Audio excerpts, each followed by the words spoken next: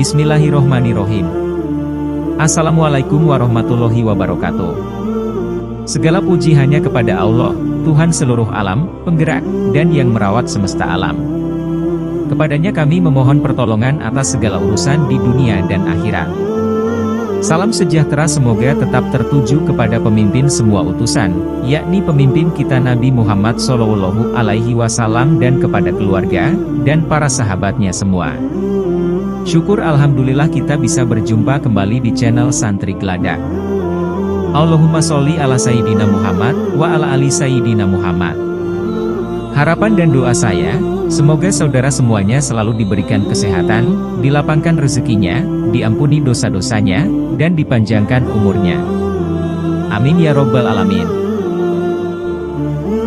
Saudaraku yang dirahmati Allah Subhanahu wa Ta'ala, pada zaman yang sudah serba canggih ini, budaya barat atau asli sudah biasa dilakukan oleh sebagian besar orang, salah satunya yaitu pergaulan bebas terutama di kalangan remaja.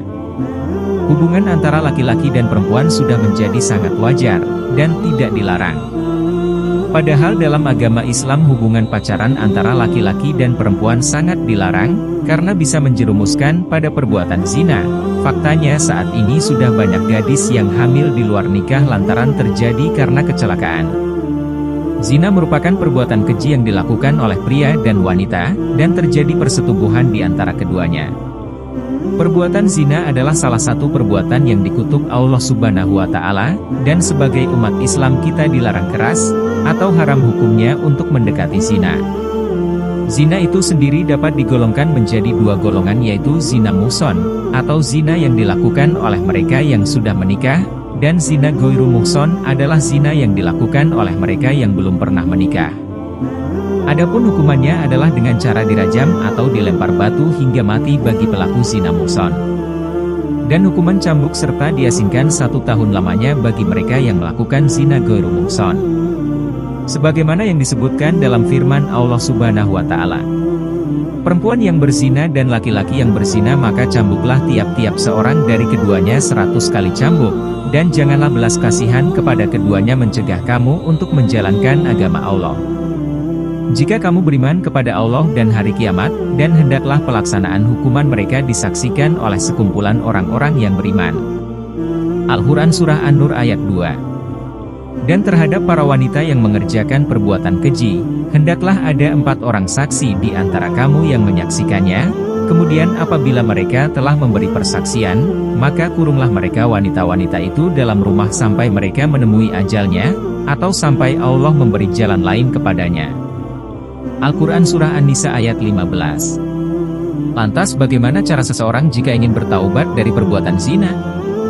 Saudaraku yang dirahmati Allah, berikut ini adalah amalan penghapus dosa zina. Yang pertama, menyesali perbuatannya. Tidak akan terhapus dosa seseorang jika ia tidak mengawalinya dengan penyesalan. Rasa sesal yang dirasakan oleh seseorang yang berbuat zina dapat mengembalikannya pada jalan yang benar, dan kembali pada Allah Subhanahu wa Ta'ala. Ia menyesali dosa yang pernah dilakukan dapat membersihkan hati dan memantapkan niat jika rasa sesal itu dijadikan awal dan cambuk untuk bertaubat kepada Allah Subhanahu wa Ta'ala. Yang kedua adalah taubat nasuha. Jika ingin menghapus dosa apa saja terutama zina, maka seseorang haruslah bertaubat dengan sungguh-sungguh, atau taubat nasuha. Taubat nasuha adalah taubat yang sungguh-sungguh berasal dari hati, dan dilakukan karena seseorang menyesali perbuatannya. Allah memberikan janji bahwa Ia akan mengampuni dosa-dosa hambanya yang melakukan kesalahan, sebagaimana yang disebutkan dalam firman Allah Subhanahu wa Ta'ala pada surah At-Tahrim ayat 8. Hai orang-orang yang beriman, bertaubatlah kepada Allah dengan taubat nasuha, taubat yang semurni-murninya. Mudah-mudahan Rabb-mu akan menutupi kesalahan-kesalahanmu, dan memasukkanmu ke dalam surga, yang mengalir di bawahnya sungai-sungai.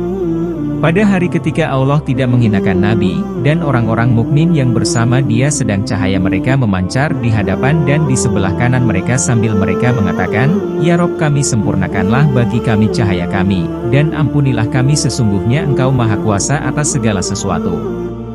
Al-Quran Surah At-Tahrim ayat 8. Lalu yang ketiga, sholat taubat. Salat adalah salah satu amalan yang dapat mendekatkan diri kepada Allah Subhanahu wa Ta'ala dan menghapuskan dosa. Seseorang yang ingin bertaubat atas dosa-dosanya dapat meminta ampunan lewat sholat taubat. Sholat taubat itu sendiri adalah sholat sunnah yang dikerjakan sebanyak 2 hingga 6 rakaat, pada malam hari selepas sholat Isya. Dengan mengerjakan sholat taubat dan tentunya tidak meninggalkan sholat Isya, dosa yang dilakukan akan diampuni oleh Allah Subhanahu wa Ta'ala. Sebagaimana yang disebutkan dalam Quran Surah Al-Baqarah ayat 222. Sesungguhnya Allah menyukai orang-orang yang bertaubat dan menyukai orang-orang yang mensucikan diri. Yang keempat, perbanyak zikir dan istighfar. Memperbanyak zikir dan istighfar pada Allah adalah salah satu amalan untuk menghapuskan dosa-dosa kita. Kalimat istighfar merupakan kalimat permohonan ampun dari Allah Subhanahu wa Ta'ala, dan dosa-dosa seseorang dapat dihilangkan dengan terus menyebut nama Allah. Sebagaimana yang disebutkan dalam firman Allah Subhanahu wa Ta'ala. Dan juga orang-orang yang apabila mengerjakan perbuatan keji, atau menganiaya diri sendiri mereka ingat akan Allah, lalu memohon ampun terhadap dosa-dosa mereka, dan siapa lagi yang dapat mengampuni dosa selain daripada Allah, dan mereka tidak meneruskan perbuatan kejinya itu, sedang mereka mengetahui. Al-Quran Surah Al-Imran ayat 135.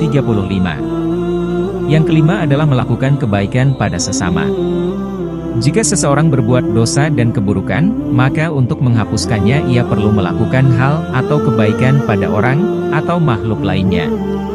Seperti dengan bersedekah, menghapuskan hutang orang lain padanya, memberi makan binatang, dan sebagainya.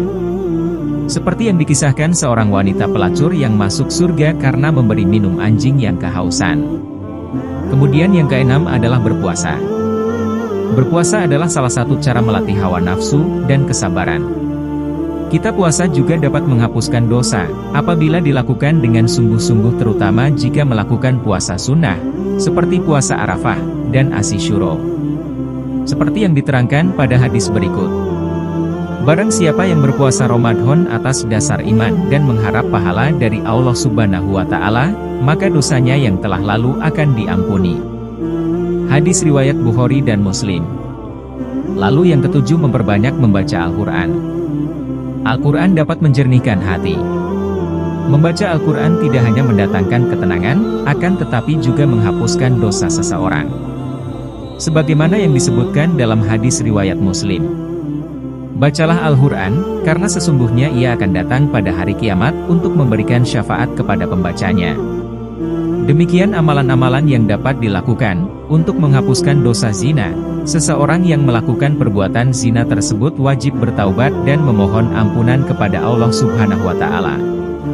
Wallahu a'lam bishawab. Demikian video yang bisa saya bagikan, semoga bermanfaat untuk kita semuanya. Amin ya robbal alamin. Assalamualaikum warahmatullahi wabarakatuh.